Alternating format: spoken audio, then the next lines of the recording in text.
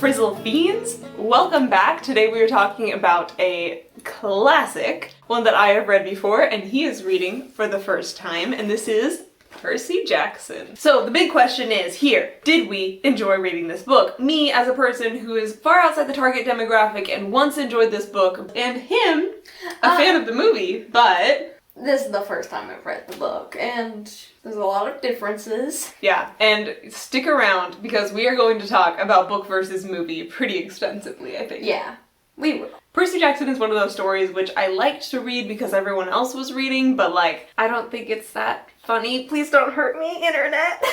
But you thought it was funny. Yeah, it was slightly more funny than the movie. I will definitely say that. Slightly. Everyone says it's funnier than the movie by a lot. No, they're easily as funny.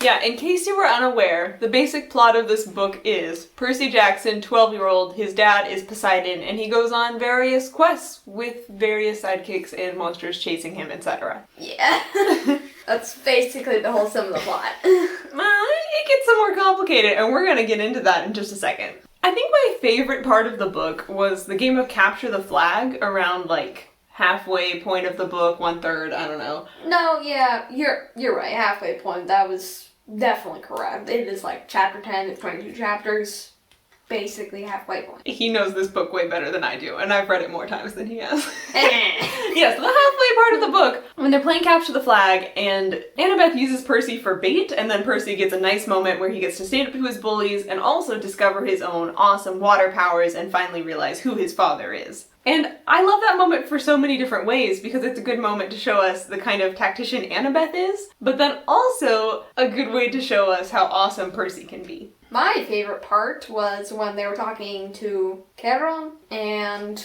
it was fun because he had an accent. That was fun. You just thought it was fun. When you're reading it, did you read it in a funny accent? Yeah, he had an accent. I liked it. And I liked how he specified, oh, a dirty old centaur. Don't get confused. I am the guy who counts all the dead. It was a little funny moment. But what was your least favorite moment in the book? Well, this is mostly because I did the movie first. When he got handed the 3 pearls. When he actually had to do 90% of the quest. In the movie was just, oh, you have to go to these locations, get the pearls, and then you gotta go to the underworld. But he was just traveling to the underworld, and then he happened to get the pearls along the way, so he could get out. So for you didn't like how it felt like in the book the pearls were just cheap and a gift that they got kind of accidentally instead of an awesome quest? Yeah. See, I think this is funny, because I think most people who had read the book first then watched the movie would have the opposite complaint. Yeah. But we'll talk more about that later.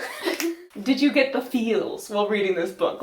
What feelings did this book inspire inside of you? To be honest, none. None of these felt relatable. This was just a fantasy Greek thing.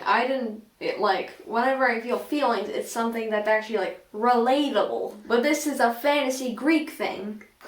You don't feel like you related to any particular, character or anything?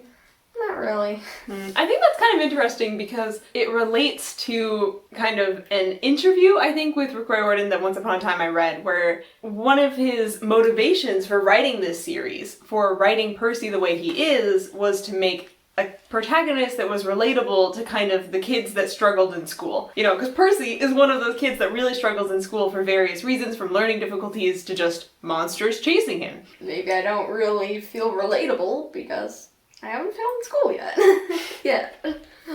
Yeah, don't worry, you'll get there.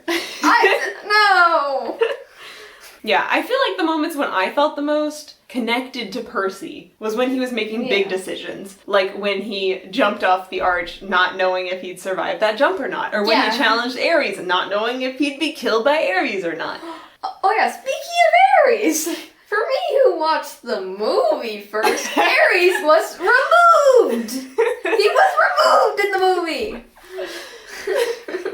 Me and her theory why they took it out, because there was 3 villains. There was Luke, there was Ares, and there was Hades, which he wasn't really a villain. He was a fake. He was a villainous presence in the story. Yeah, that's That's a good way to describe it. And then they were like, let's take out one of the villains. There's one too many. So they took out Ares. They could have just kept them all in. I feel like they made a good choice by removing Ares, but we'll get more into that opinion later. But the plot of the book, as is, I don't know, the plot for me, when I was reading the book this time, I was kind of surprised by how episodic it felt. Like the way you were saying that you were feeling like every chapter ended with a crazy thing so they could put that in the chapter title. Yeah. It did feel like, there were little like episodes of adventure and then little travel and then adventure and then little travel. Like all the little events didn't always feel super connected. So what do you think the theme was of the book/movie? I think there's definitely a theme of like becoming independent, doing the job by yourself for teenagers, but also just because you're a misfit, just because you have learning disabilities doesn't make you any less awesome of a hero. And we see that a lot with both Percy, but even like Annabeth, that she is terrified of spiders, but that doesn't make her any less awesome at killing spiders. Yeah.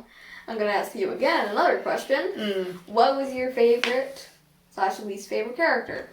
I'd have to say definitely my favorite character is Annabeth. I love how rich she is here in that she has awesome strengths and also some pretty big weaknesses. She does seem to be a little antisocial in parts of this book, like she doesn't super work well as a team, she thinks she's better than everyone, but also she turns out to be a great friend, a great tactician, and a person you want by your side. And I love that richness to her character. It makes me want to read more books to get to know her better.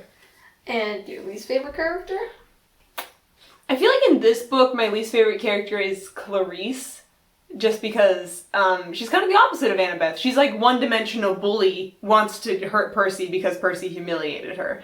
My favorite character is Charon, as he was in my favorite scene. What was it about Charon that made you like him? Was it like that he surprised you in his demeanor, or what?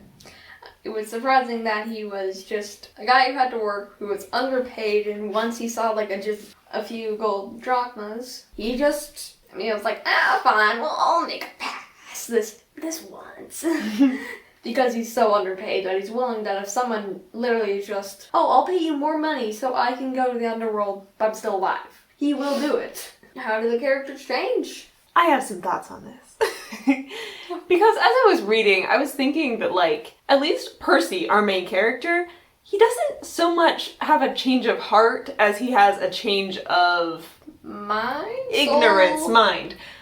He does go from the beginning of the book being really confused as to what's happening, and the end of the book, accepting his role as a hero. But I feel like the person he is didn't really go through much changes. He was willing from the beginning to fight the Minotaur. It wasn't a big character development change for him to accept the mantle of a hero at the end. Or, even the very beginning to fight the Fury, his math teacher. He was willing to go swing that sword and not just run away. In future books, he does get better character development, etc., but in this one, there isn't really much. It's more of a development of the world around him as Percy goes through it. And now, as our finale, comparing the book to the movie. So, let me tell my story real quick about how I got into Percy Jackson. Okay, once upon a time, when the movie came out, I had not yet read the books, but I went and watched the movie in theaters with my friends, and then afterwards, I read the book because I was curious about it. So when I watched the movie the first time, I remember I had very positive opinions on it. I thought it was a great movie and it made me want to read the book, and then I read the book and I was like, this is different, but also good. So I never got on the bandwagon I have the same thoughts.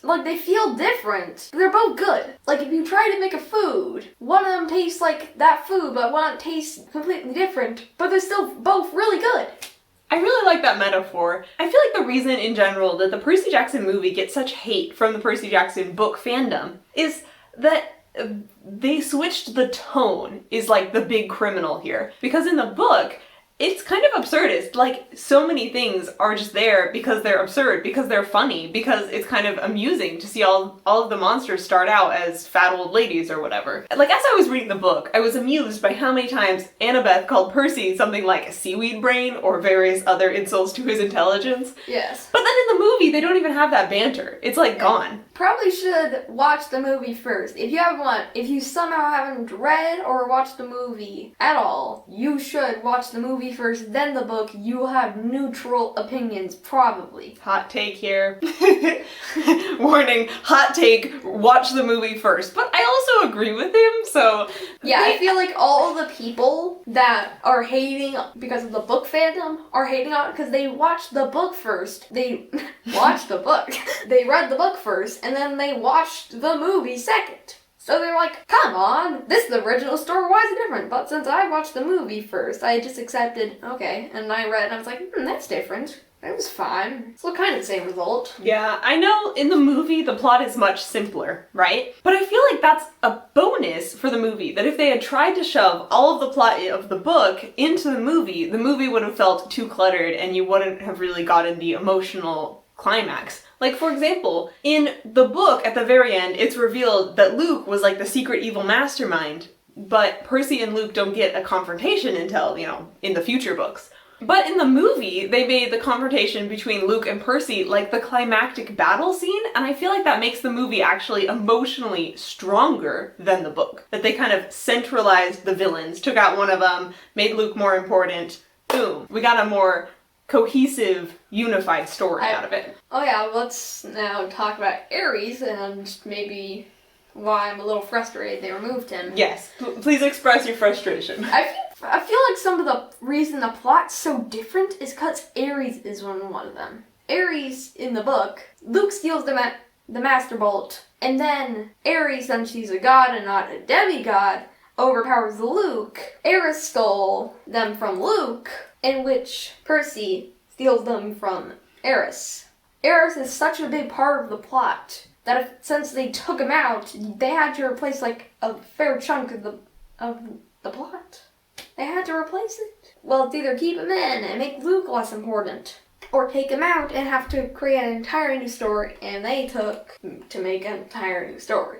Well, not entirely new. They still have Percy in there, so it's not entirely It's different. true. And I do feel like the midsection of the book, they're just traveling and then accidentally bumping into new monsters. Yeah. But then if we compare that to in the movie, when as they're traveling because they have this quest to get pearls, and it does feel like there's more momentum to it in the movie. That it's not like a wandering across the United States, it's like we're following the magic map to get the magic pearls. Yeah, it's simple. We do with that.